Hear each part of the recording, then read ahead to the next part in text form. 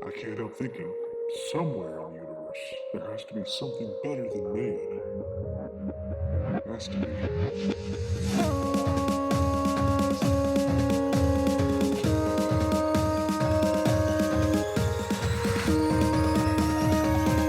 Ladies and gentlemen, welcome to Ascension to 10.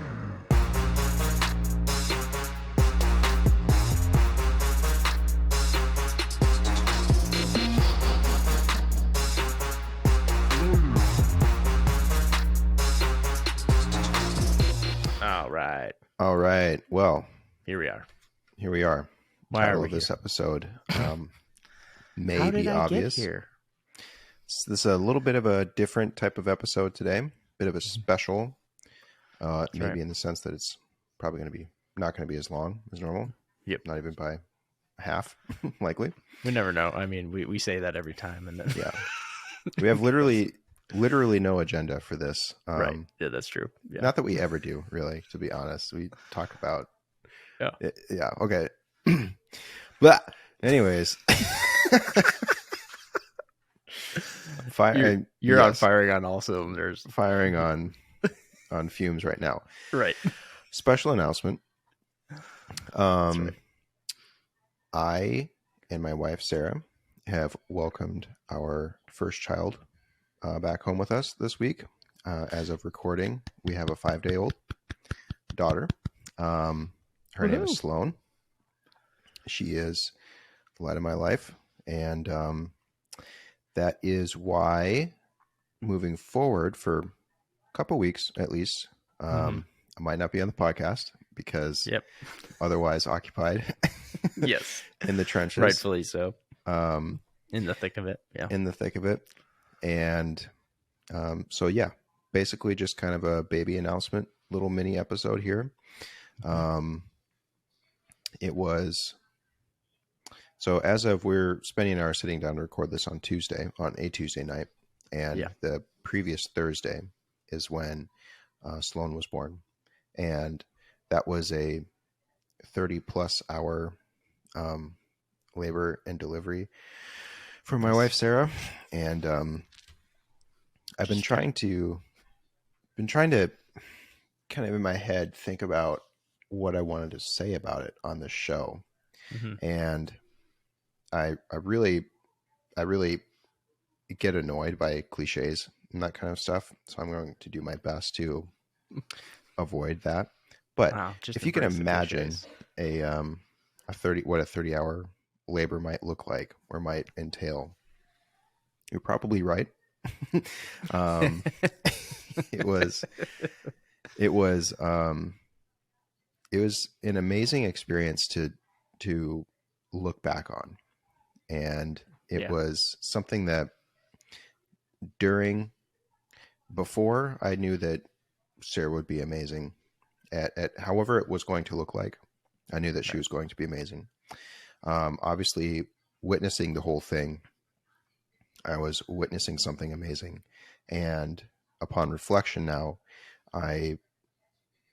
it's hard to really articulate just how proud of someone you can be, right? And absolutely. It was intense, right? It was absolutely intense. We had to change. We went into where we thought we were going to give birth.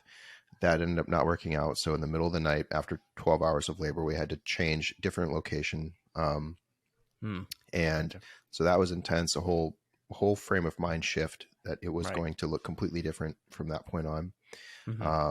Throw in another 12 hours, not even counting the many hours at home that we were managing ourselves. And, all while, Sarah had these goals in mind for what she wanted it to look like. And I don't think her goals were to have it be that long for sure. But I don't think it is. But her goals largely were to deliver a healthy baby naturally, and through just the fact that she is amazing, she was able to achieve both of those goals. and Sloane was almost 9 pounds when she was born. She was 14. It's a big baby. She's a big girl. That's and a big one. She's a big girl. And she was, fully cooked. She came out perfect. And she's just awesome. Yeah. I sent a text to our group chat. So we have a part of our friends group. We have this dad's group. That I was lucky enough to be added to a few months ago. Really welcomed. Right? Yeah. And well, it's kind of funny though, because I sent a picture of me holding Sloane, and this was I don't know what time it was. It was late. It felt late. Yeah. I don't know what time it was. It was like 10:30 or it was late. Yeah. For most people. I think the caption was just that being a dad fucking rocks. Yeah. Right. But the picture, I guess, fucking grouped me. Just literally censored her out. Barcoded her. Literally, there's a barcode. So it looks like the picture looks like Jad is by himself, just like putting some stupid smile on, dumb face, and then the whole bottom half is just a barcode across. So I was like, did you do that on purpose? Like, he's like, no, like that was the whole point of the picture was to see that. It showed the least important part of that picture was what was displayed. To the group. That's awesome. Anyways, well, we're very happy for you, and that everybody's happy and healthy and doing well. Thank you. I know it's a big journey, and it's that, especially there's a lot of unexpecteds when it comes to the first one. You don't know what it's going to be like, what you're going to do. Your whole life changes, and it's kind of your whole world revolves around them. So it's you and Sarah. Oh, thank you. It's it's one of those things where I this is a character flaw of mine. I despise being told what I already know, right? I fucking hate it. And so when I would hear advice like, "Oh, get as much sleep as you can right now," or whatever, "You're not going to get much sleep," it's like, duh, come on. I hate hearing that stuff. Right. And so obviously none of that stuff was a surprise. I knew it was going to be, it's hard work, right? It's tough. Yeah. Right. It's tough to transition when you don't know actually what it's like, what you can expect, but we don't know what it's like, and it's hard, but it is rewarding, blah, blah, blah. So of course I think new parents can probably say that it's not a complaint to say that it's hard, right? Because it is, it's obviously worth it and stuff. Right. In some ways and obviously I knew that our lives were going to change forever, and well, duh, that's what we were going for, right? Yeah. that's the whole point of this. But what I guess maybe I wasn't anticipating enough was just the feeling that my life started now, right? Or that obviously this next chapter, right? But the important bit started now. Yeah. And that's something that I think you can only know when you experience it. It's a very strange feeling, because once you have your child, and then it's like you kind of everything that happens before just kind of falls away for like a few years. Like you don't remember what you really did before this, because it becomes your world, like you said, like it's your whole new world starts. It's I don't know, it's just a real feeling, because there are people that don't have kids, but it's like when you have a kid and you have kids, like there's so much joy that comes from it, like from day one. Like this is a journey and an adventure that you get to have, especially with your significant other. So and so your point about not remembering what it was like before, Sarah and I were just talking about that last week, before Sloane came, and we were talking about how it just seemed so weird that every day leading up to, so we got to, so labor started 2 days after the projected due date, right? Mhm. And so the whole week before the due date, and then due date came, and then the day after, Sarah felt completely fine, right? Mhm. 100% what her normal was, being pregnant and Yeah. stuff. Yeah. And life was completely as it had been forever. And Right. we were commenting or just talking about how it's just a normal day, right? But it's at some point soon, we don't know when, but at some point very soon, it's going to be completely different. And Yes. just how we were going to look back on how many days it's going to be, like 1, 2, 3, 4, a couple of weeks, looking back to those, thinking of those days when we were talking about how it's just a normal day. Mm-hmm. And yeah, it's just kind of funny when you anticipate things like that. And it's especially during the whole labor marathon, Mm-hmm. there were points when, um, obviously speaking for Sarah too, where it just felt like it was never going to end. And especially when we were at the second location, and Oh, sure. she had been going for so long, and it was just the same, and getting more intense and stuff. But she asked the midwife at like hour 30 or hour 28 or something. And she just looked at her and she says, "So is it just going to be like this? Like, is it ever going to change?" And, Yeah. and how it just felt like that was never going to end. Wow. But even though within a couple hours, Sloane was born, and everything obviously is Yeah. different from then on forever. But those tiny transitions, right? It's the transition of a few seconds, right, that Mhm. makes everything different. Yeah. And how reflecting on how things used to be. I mean, things aren't that different right now, because sure, that's all we're doing right now is baby stuff. That's Right. different. But, it's still the two of us talking to each other and stuff. And we don't have a third person to talk with. Obviously we talk to Sloane, Right. sing to her and everything, but,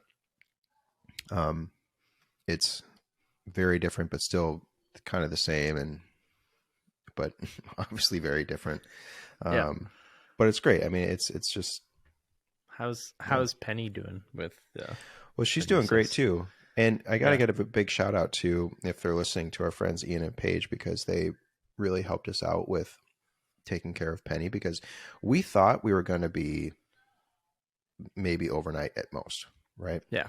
But then Yeah, labor right. was like 2 days, over 2 days, Mhm. or sorry, over 1 day, full day in the medical facilities and stuff. But then we had to stay another 48 hours, and we hadn't, we did not pack for that at all. We were not Yeah. prepared for that level of commitment to not Right. being at home. And so our really good friends Ian and Paige, they helped out with Penny while we were gone. And so we were just really, really curious how she was going to do. So Penny has, for the last 7 years, basically been a child to us, because we include her in everything that we do, everything that we can do. Mhm. And we think of her as a kid, basically.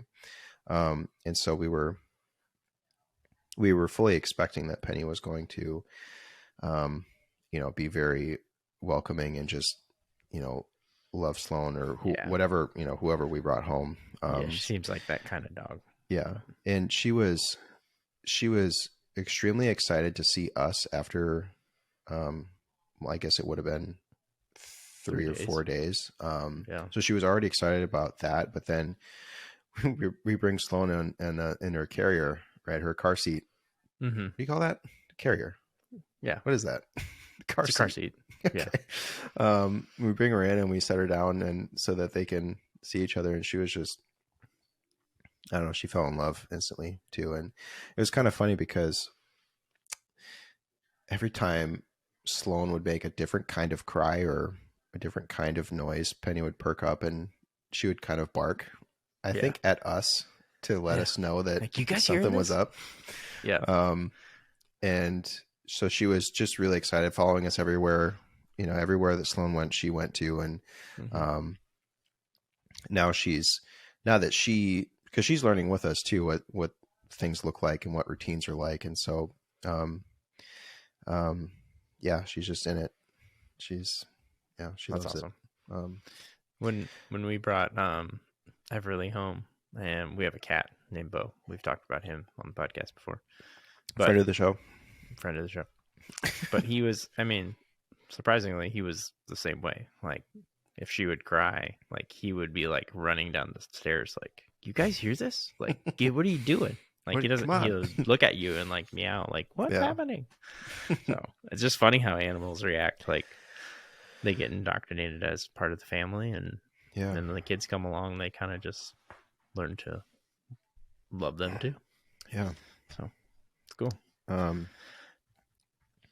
Yeah, and I feel in some ways I feel guilty for not treating Penny like she's the only thing in our world, you know? Oh. She'll be fine. Yeah. She'll grow. She's just getting more love now once Sloane's big enough. Yeah. I do have one little funny TD kind of story as it relates to Sloane. Nice. So you sent a picture saying Sloane, 8 pounds, whatever it was. For some reason in my head, I don't know why, I was thinking that Sloane was a boy, and I kind of broke this down to our friend Alan via text, because I was like, is Sloane a boy?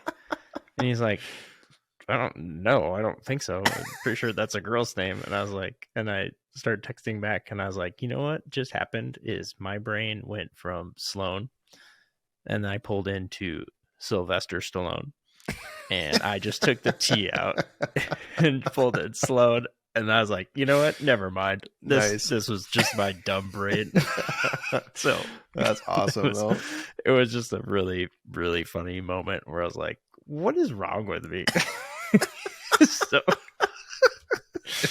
that's awesome. The fact that you were like, because did you think about it for a while before you texted Alan? Oh, for sure. Yeah. Like you sent that picture, and then the whole night and the next morning, I was like, just stewing on it. I gotta know. I gotta. Like, I knew I had to ask somebody, and I was like, I'll just text one of the other dads. And he's like, whoa. Because then I told him like my thought process, and he's like, whoa, man. That's awesome. So, a little bit funny story for you. Alan actually is, I think, unique in our friend group, right? Our friend group that are parents. I think he's the only one that his firstborn wasn't a girl, right? Yeah. You're right. He happens to have 2 boys, but everyone else, all of our other friends, we've all had girls as our first. Yeah, that's true. It just so happens that Sloane is, for both my side and Sarah's side, the first girl granddaughter or awesome. grandbaby, because there's 3. I have 3 nephews. Sarah has 2 nephews. So everyone's very excited to have a girl in the family. That's always good. It's always good to have that little girl. Yeesh. Nice. The only other thing I'll say is that it is entering this like kind of fraternity of fatherhood, or just parenthood in general, right? It doesn't take much, right? To, like, a lot of people are parents, right? Like, it doesn't take much to be a parent. Not just in terms of pretty much anyone can do it, kind of thing. Yeah, and a lot of people do it. That's all I mean. I'm not saying I'm not trivializing it, but being a part of that group of people as parents, it's just dope. It's cool. Yeah. That's all there is to say about it. It's awesome. That's cool. It's going to open up a whole new world. You're going to start meeting new people just because you have kids. So they start talking about that kind of stuff. It's always kind of entertaining to have those conversations where you're just sitting next to somebody and you both have kids, and then you're just talking about random stuff just because you have kids. We It's have a nice yeah. icebreaker. You develop whether it be a long term or a fleeting relationship with another person simply because your two kids are the same size. Right. That's the only criteria. Yeah. You're at the park and like, how old's your son? Mm-hmm. 2. How old's yours? 2. Yeah. Nice. Cool. Yeah. Really cool. Sweet. Yeah. Just that kind of interaction. It's always funny. Yeah. But yeah. So, all right, moving forward. So we've been talking about, Spenny and I have been talking about this behind the scenes for a while. Talking about what's the show going to look like. Mm-hmm. As we discussed at the very end of the previous episode, show's not going away, right? We're in it. Mm-hmm. Spenny asked me multiple times, what do you want to do? What do you want me to do? Do you want me to, should we just take a break until you're ready again? Or right. What should we do? And I told Spenny repeatedly that do your thing, man. If you feel like you want to do some shows and if you want to flex your creativity, I'm here for it. We'll see. And we, ultimately Careful we do what you wish for. Yeah. Well, we do this because we like doing it, right? There's no pressure. Right. Yeah. Right. And so there's no pressure for release schedules other than what our own goals are. Right. Right. And so Spenny's been trying to do some scheduling behind the scenes. And so, we're going to try some things. You might have some guest stars coming on for the next couple episodes. Yeah. At least. And JAD maybe pops in at some point, whenever. But we'll kind of keep the train rolling, and hopefully you guys kind of get to enjoy some new stuff. And maybe when JAD comes back, he'll have a whole new world of things that we do. So we'll see. Yeah. So ultimately it's, sorry. Yeah. Spenny and I aren't going anywhere. We're still going to be, Ascension to 10. But in the meantime, a little variety never hurts anything. So that's right. I'm excited to sit back and watch a couple eps. We'll see if they happen. Don't sit there and edit it and do all that stuff, and actually just get to enjoy it. I hope so. Cool. Anyways, that's about it for this episode. I think it's a mini one. And that's all I have to say about that. Well, congrats, Chad. We'll make sure to let people know. Thank you. Welcome to the Dad Club. Let's go. Sarah. Let's go. But yeah, JAD may be gone for a few weeks, but he'll be back, and we will just keep rocking and rolling.